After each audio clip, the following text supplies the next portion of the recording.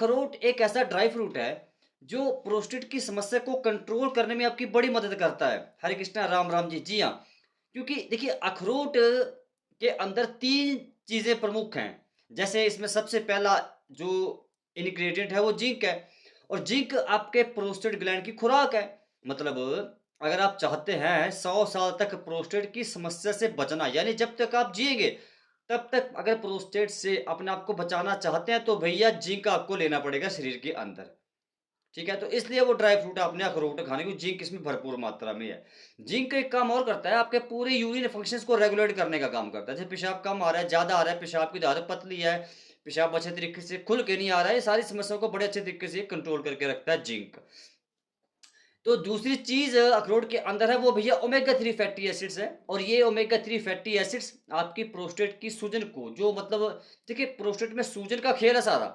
Prostate में सूजन जब बढ़ना शुरू होती है तो फिर अगर वो क्रॉनिक हो गई तो फिर कंट्रोल करना थोड़ा मुश्किल काम हो जाता है, इसलिए शुरुआत में कंट्रोल करना है तो अखरोट सबसे बेस्ट ऑप्शन है, क्योंकि ओमेगा 3 फैटी एसिड्स इसके अंदर भर भर के हैं और ये आपके दिल को भी मजबूती देता है अखरोट, क्योंकि ओमेगा 3 फैटी एसिड्स आपके हार्ट को भी स्ट्रेंथ प्रोवाइड करते हैं। तीसरी चीज़ अखरोट के अंदर है दैट इज़ सेलेनियम, और सेलेनियम प्रोस्टेट कैंसर के रिस्क को कम करने का काम कर सकता है। तो इसलिए आप लोगों ने ये अखरोट खाना है। खाने का सही तरीका क्या है? रात को पानी में भिगो के रखा, सुबह उठकर वो गिरी खाली खाली पेट। लेकिन बस एक चीज़ आप लोगों से रिक्वेस्ट करना चाहता हूँ, आप जब कभी अखरोट खाएँ या और भी कोई ड्राई फ्रूट खाएँ जो वीडियो में अभी बताऊँगा, तो जब तक पेट साफ ना हो तब तक आप लोगों ने ये ड्राई फ्रूट नहीं खाने। अदरवाइज़ कोई फ़ायदा नहीं होने वाला आपको। इसलिए पेट साफ करने का सबसे बढ़िया तरीका क्या है? सुबह उठकर उबलता हुआ पानी पीना है घूँट-घूँट करके। मतलब इतना गर्म भी ना हो कि आपको फिर उससे नुकसान हो जाए, मतलब उबलता हुआ पानी पीना है घूँट-घूँट करके। जितनी गर्म आप चाय-कॉफ़ी पीते हैं ना, बस उतना गर्म आप लोगों ने ये पानी पीना। उसके बाद पेट अच्छे तरीके से साफ़ होना शुरू हो जाता है, कब्ज़ भी इससे दूर हो सकती है।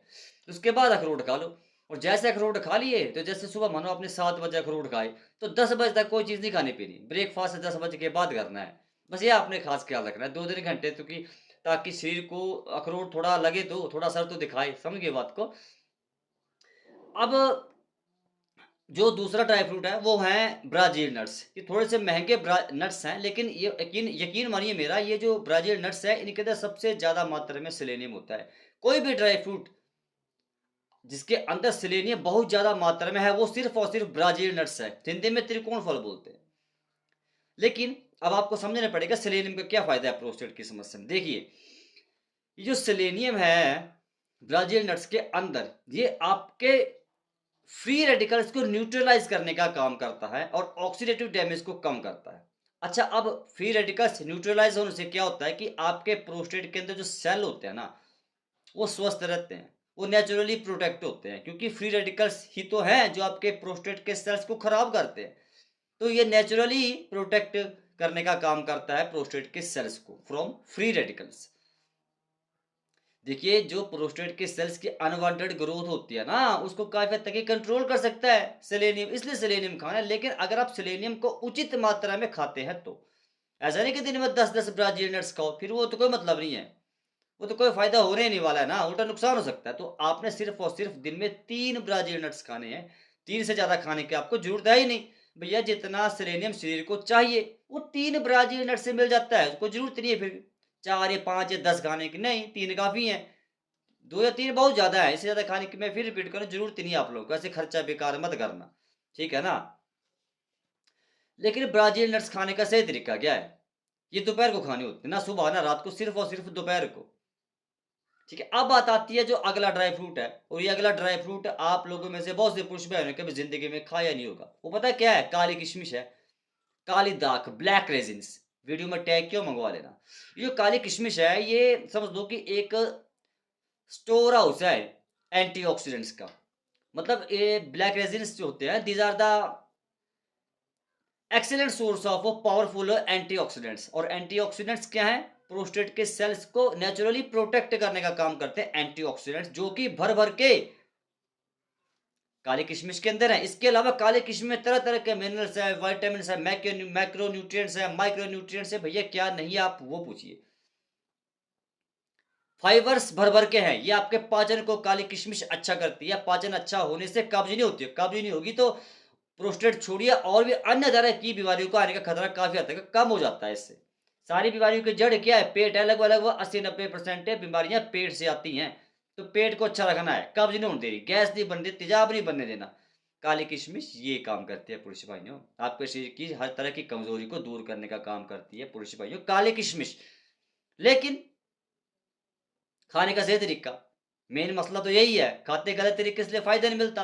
रात रात को 10 काली किशमिश पानी में भिगो के रखनी है। रात को एक बड़ा गिलास 200 एमएल का पानी का लेना ठंडा, उसमें काली किशमिश 10 डाल देनी है। लेकिन ध्यान रहे, काली किशमिश हमेशा बीज वाली मँगवाना, बिना बीज के आपको कोई फ़ायदा नहीं होना, उसमें बीज होने चाहिए, छोटे काले-काले बीज होते हैं। कल दिखाऊँगा वीडियो में, मैं खुद भी इसको खाता हूँ। कल कल की वीडियो में आप लोगों को दिखाऊँगा मैं कैसे मँगवानी है काली किशमिश। ये जो काली किशमिश है, ये काली किशमिश आपने 10 एक बड़े गिलास पानी में भिगो के रख दी। सुबह उठकर आप लोगों ने वो पानी पीना है काली किशमिश वाला, काली किशमिश खाने की ज़रूरत नहीं है। खा सकते हैं बाद में, महँगी है तो फेंकना क्यों है, लेकिन सारा जो असर है, जो गुण है, वो पानी में आ जाता है। वो पानी पीना है खाली पेट आप लोगों ने। यकीन मानिए इस बंदे का, आप जैसे को इसको रेगुलर 1 दिन, 2 दिन, 1 हफ्ता, 1 महीने के बाद तो आपकी ज़िंदगी चेंज होना शुरू हो जाती है फिर। जी हाँ, इतने बड़े बदलाव, इतना आपकी ज़िंदगी में इतना बड़ा बदलाव फिर होगा कि आप बोलेंगे यार ये चीज़ हमें पहले बताई क्यों नहीं किसी ने? पंकज भाई आपने बताई काली किशमिश का प्रयोग करना। तो भैया खा लो।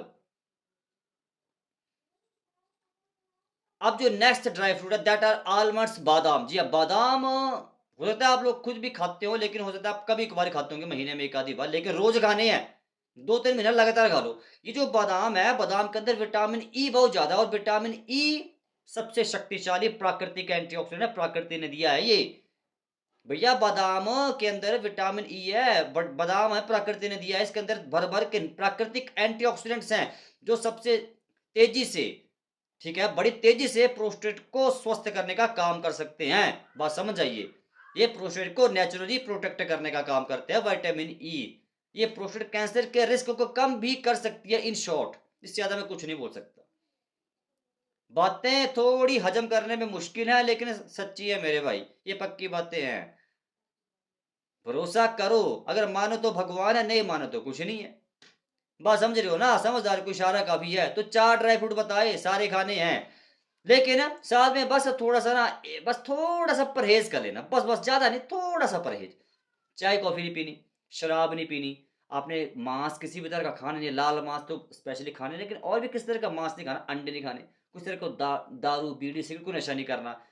ठीक है? किसी और तरह का कोई आप लोगों ने गुटखा, पान मसाला ये सब तम्बाकू खाना नहीं है, बिल्कुल बंद करना है 2-3 महीने के लिए बस।